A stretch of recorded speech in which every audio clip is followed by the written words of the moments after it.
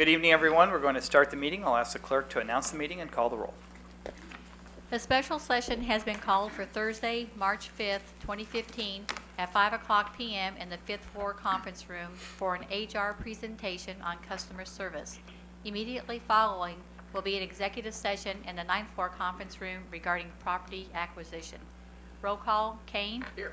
Markley. Here. Walters. Here. Philbrook. Here. Walker. Townsend. Present. McKiernan. Here. Murguia. Here. Maddox. Holland. Here. All right, thank you very much. Commissioner Townsend, thank you for joining us on the phone. Thank you, Mayor. And I'll turn it over. Doug, do you want to make some introductory comments? Sure. Thank you, Mayor, Commission.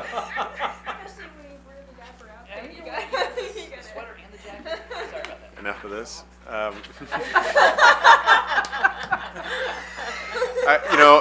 In keeping with the commission goals, I think you also loaded not only customer service, but how I'm supposed to present myself to the community. So I'm, I guess, doing that part. I didn't know I was taking exception, but thank you very much for your comments tonight. Tonight we have a presentation regarding customer service, and as this has been set out by the commission as a key goal, as to how our employees interact with the public, both from those that are out in the public providing services or those that are internal in operations providing services to our own employees.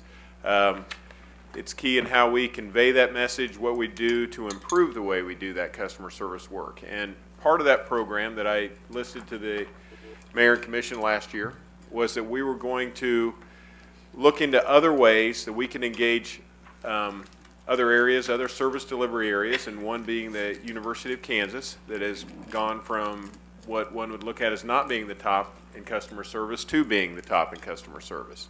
And our HR department is here tonight, and they've gone through some training, and they're going to present what they are going to, kind of the atmosphere and the program that they're going to be presenting to our employees in the coming year for this training. So with that, I'm going to turn this over to our, well, Joe, did you have any comments or covered? I'm going to turn this over to our HR director, Renee Ramirez. Thank you. Good evening. Just to start out, I would like to give a special thank you to the University of Kansas, especially Kathy Moore and Bob Page, who sent the invitation to us to join them and their staff in observing their orientation sessions. Several members of Human Resources actually attended the orientation at the University of Kansas, as well as members of the Police Department and our Treasury Department. The takeaway that we had from there is the presentation that we're going to give this evening. We are encouraging all of our employees and our department heads to send their employees to customer service training, because the basis of this training is to provide excellent customer service, and that should be at the heart of everything that we do as unified government employees. So with that, we have set up several trainings. All new hires will go through this training. And again, as I stated, existing employees will also go through this training. We've completed about 107 employees being trained under this new training program here, and we have several training sessions that are still scheduled. So we have a lot of work ahead of us to do, but the positive message here is that employees are enjoying this. And I think one of the things that we want our employees to take away from this is we want to empower them with the knowledge to provide excellent customer service to our employees and be proud of the organization that they work for. So with that, Angela Harshberger is the Human Resources Training Administrator. So I'm going to turn this presentation over to her, and she'll briefly take you through an abbreviated training session that our employees will experience. Thank you, Renee. To begin, we'd like to provide everyone with a copy of the workbook that all of our participants will be receiving for this class. Our hope is that this is something they'll be able to take away with them and use it in the future to remind them about what is it that's important to us as customer service and what that should look like for us here at the unified government. The foundation of this class is that we truly believe that providing exceptional customer service should be at the heart of everything that we do as unified government employees. We hope that at the conclusion of the class, participants will understand what customer service should look and feel like within our organization. So at the end of the class, some of our training objectives, we hope that our employees will be able to better recognize moments of truth and how they define us as individuals and as an agency, that they'll be better prepared to identify our customers' needs and wants, and that they'll also understand how do I engage a dissatisfied customer and use that as a learning opportunity so that we can continue to grow. So to begin, I'll just kind of walk you through. We want to start with introductions because we recognize that a lot of our participants may not know one another coming from different departments, so we give them an opportunity to introduce themselves, where they work. But more importantly, we want them to begin to identify who are our customers? Who is it that we provide service to? So after some discussion, we're hoping that we can get them here because we want them to really recognize that it's not only external customers that we serve. So it's not just the public, our vendors, our contractors, our volunteers, some of those that may have some choice in working here, but also our coworkers, our supervisors. Are we taking a team approach to customer service? Because that team approach should show through in everything that we do. So after recognizing that it takes a team to create that culture of service, we want to back it up just a little bit and help our staff recognize that customer service begins with them as an individual. And so they really have to give some consideration to, what is my mindset? How do I think about customer service? So to get them thinking about the fact that thinking drives behavior, what we think about customer service will be reflected in how we provide customer service. We have a cartoon up here. It's a bus stop, and the first gentleman there says, "The bus is late." Bah. And then we have the second person, "The bus is late," and he'll take the only seat. And then we have, "The bus is late, and I know the driver won't break a 20." So you can only imagine with that type of thinking what type of behaviors, attitudes might be conveyed. We can sense the frustration and the negativity. So I'm really going to hope that our employees are the little boy at the end with this excitement and this enthusiasm. Hooray, the bus is late. Because we want that passion to shine through for customer service. So as we get them thinking about who are our customers, what is my mindset, what do I think about customer service, we also want to have some discussion around what is public service, because it really is a unique lens through which we do our work. What does it mean to be a public servant? And so we'll spend some time discussing this from our employees' point of view. What does it mean to them to be a public servant and why they've chosen to come to this profession?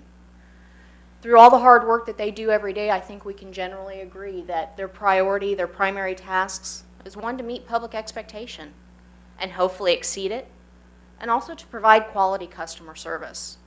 So to be able to do that, we really have to stop and think about our customers and have a little understanding of where they come from. We need our employees to know our customers. So if we could, we have a video that we'd like to show that'll tell you a little bit more about this.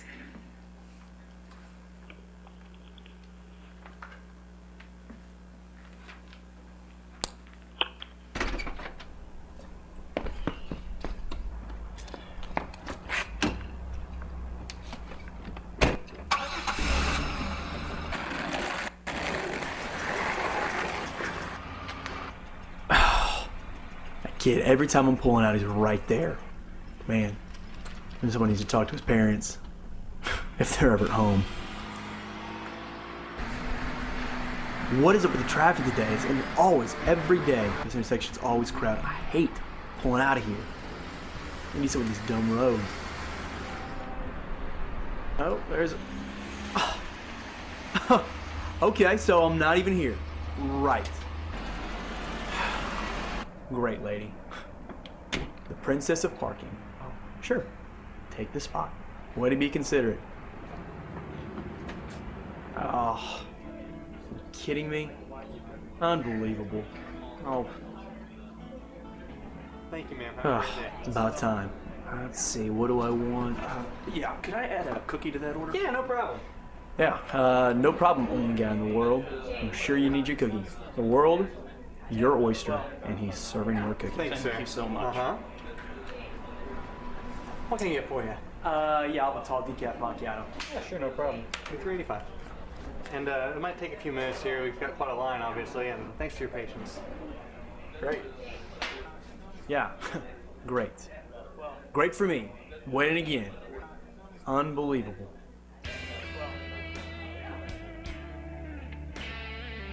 What?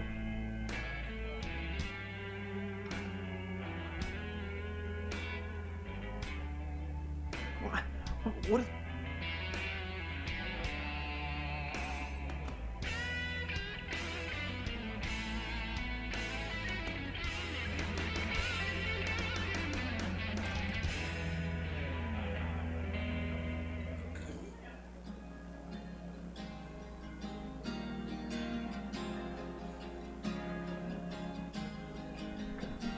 What is that? What in the world? Oh, what? What am I supposed to do? How can I do anything about that? Can I even help with that? I don't. Your coffee, sir. I can't take this anymore. I gotta get out of here. Hey, watch it. Sorry, so sorry.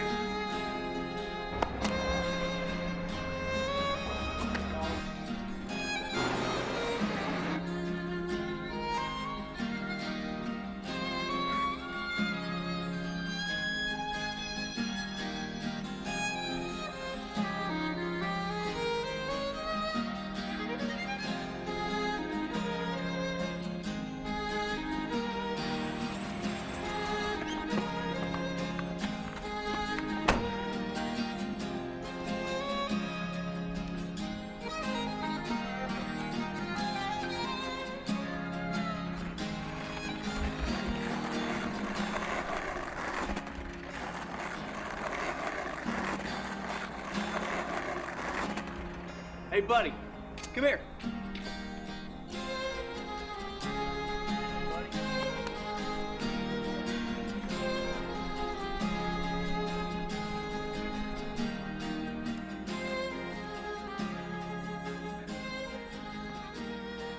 So my hope is that the video does a great job of explaining we don't always understand the circumstances under which our clients come to us, our customers, and what may be influencing them, but we can certainly always greet them with courtesy and respect and treat them in that way through all that we do.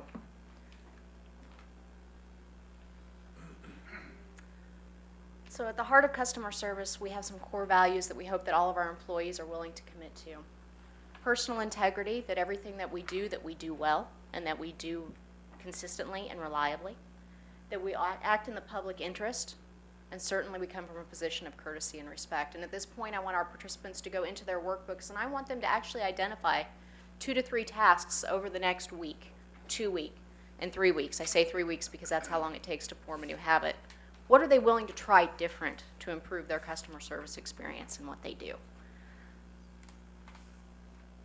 So from there, I want them to agree that now we have a new beginning. Every moment counts.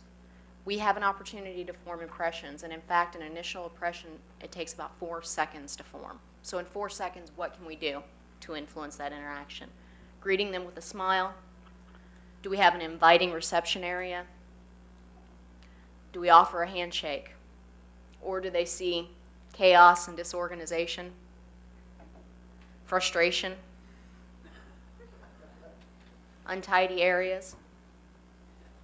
But our hope is that they see a competent, confident team who's willing to assist them. So at this point, we hope that our participants are going to start having some discussion. Customer service, what has been our best experience? What has been our worst experience? What defined that? And at the end of that discussion, I really want to challenge them to get real and have our customers had bad experience with us. If so, what can we do different? Because we want to start recognizing moments of truth.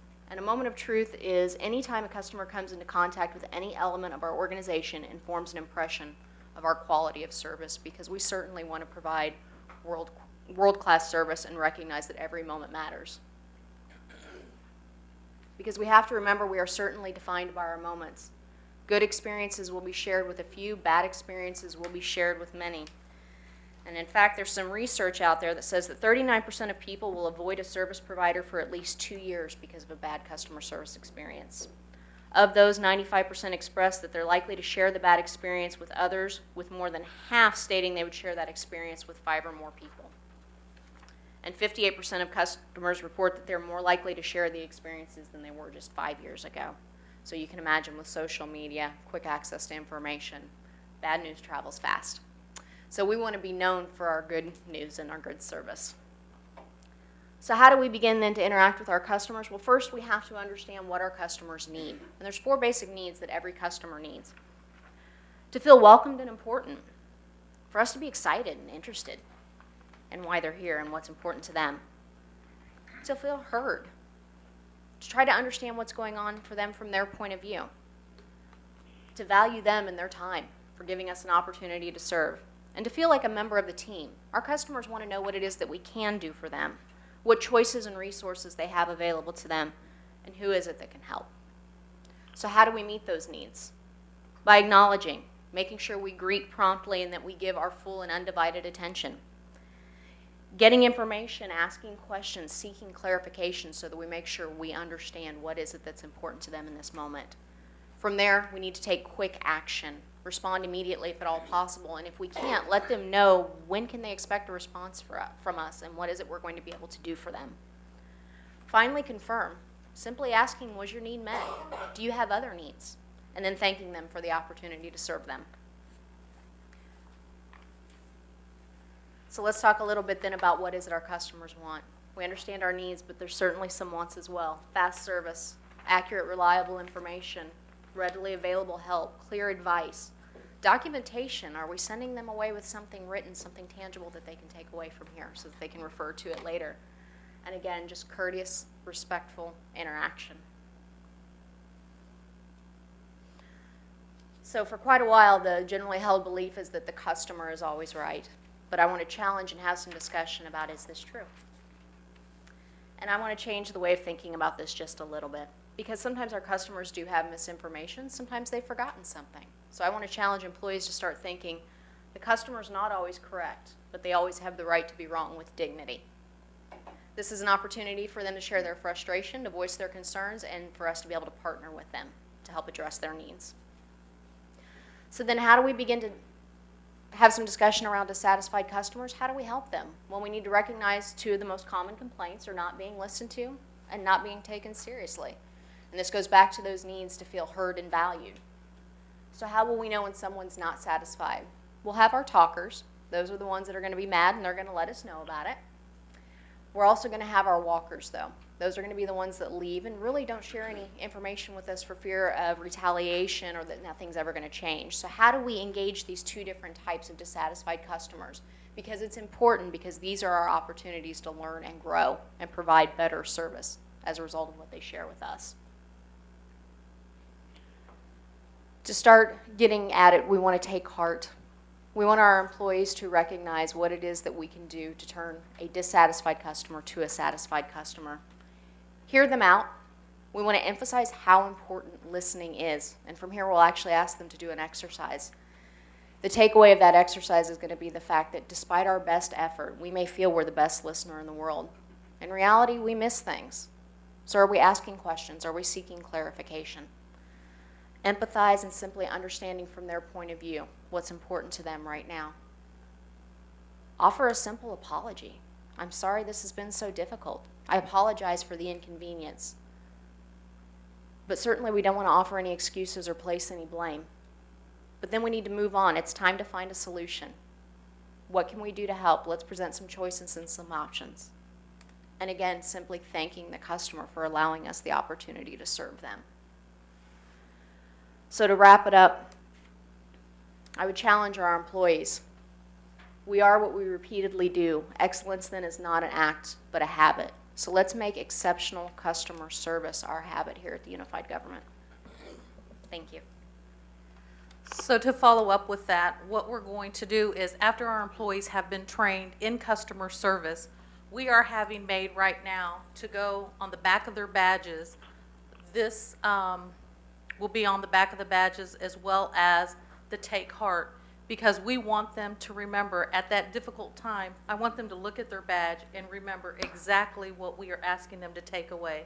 So this will be an addition to their badge that they'll have that they'll just hook on. And I thought it was a good idea so that way they have something to remember in the event that they forget.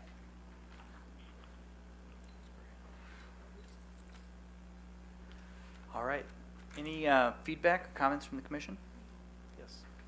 Do you spend some time talking about you went through your heart and said respond with a solution, but sometimes we get questions where I'm not sure there really is a solution, or there isn't a solution that our employees can give other than we're not allowed to do that. Do you talk about how they can handle those situations where there's not an easy solution? It's not just, here, let me get your permit faster and we'll be done. What is their option for handling those situations?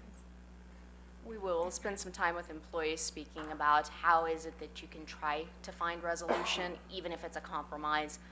Oftentimes it'll simply be making sure that they connect with the resource or the individual that can help make that happen, or if they can't, explaining to them what the process is and realistic what it is that can happen. Do you have any, I think this is great, by the way, and I'm delighted that the partnership with KU and the initiative that you all are taking and pushing this out. I think this is a great thing. I've always said, anybody that comes to pay their taxes, we ought to thank them. Because there are people who choose not to come pay their taxes, and those who do, we need to thank them and show that appreciation and do it in as expedited a way as possible. And my experience with paying my own taxes is it's not always a happy day. But I think that's a big part of our customer interaction is being able to thank people for coming in. So I really appreciate your working on this. One of the questions I have too is, are you working on any metrics in terms of getting feedback in different departments, cards that people can fill out, or feedback loops, or surveys that people can do, so we can measure the progress of customer service over time in different areas?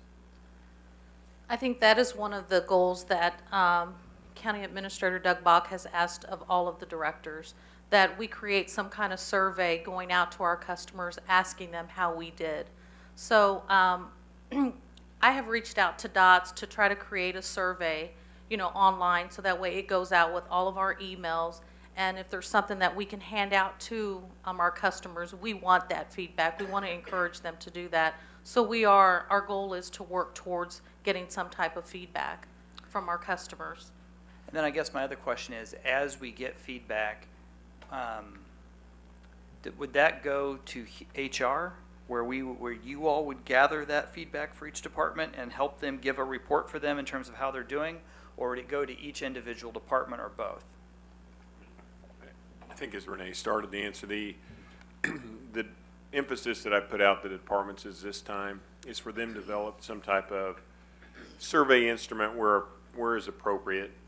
Like you saw the one that the planning department started with a couple of years ago, and the biggest one to have it now is the police department that's just rolled out their program to start to see, so they can administer them on a department level to make sure they're asking the right questions in the right types of situations, which I think at this point is more appropriate for the departments to do. That information is then, so far, is coming back to the department level, and then they're sharing it on forward and then bringing it forward to their standing committee or such to talk about how it's progressing from this point. One of the things that I'd love to see is a tool online on our website where we could have a feedback button, and you could go through and pick the department, that drop down menu for the department, and say, I was just at motor vehicle, or I was just met with the police, or I was, be able to click on it, and then it would populate the questions that would be relevant maybe for that department, that might be different depending on the department, and have an opportunity for them to give the time and date, and if they remember the name of who they interacted with, or if they knew the name, and both positive and negative. I mean, I think we should solicit both, because our employees do a great job every day, and so we want to hear that information. Though, to your point, they're infinitely more likely to complain than to thank, but nevertheless, I think we need both. But if we could do something on our website that just had a feedback button, and then maybe it could be as simple as type in the name of the department. I mean, at this point, it wouldn't even need to be very complicated, and then just give the feedback, and then it could go to HR, or it could go to your office, or however we want to handle it. But just giving the public an opportunity, because that might give us some feedback for where we need to do more training, or where we need to work on the appearance of the place or something. If someone says, I went into this office and it was a mess, it'd be handy to get that information back. So anyway, that would be another step that I'd love to see happening. But this is such a great start, really moving us forward. So I really am grateful for that and appreciate your work. Thank you. You bet. Thank you, ladies. Anything else?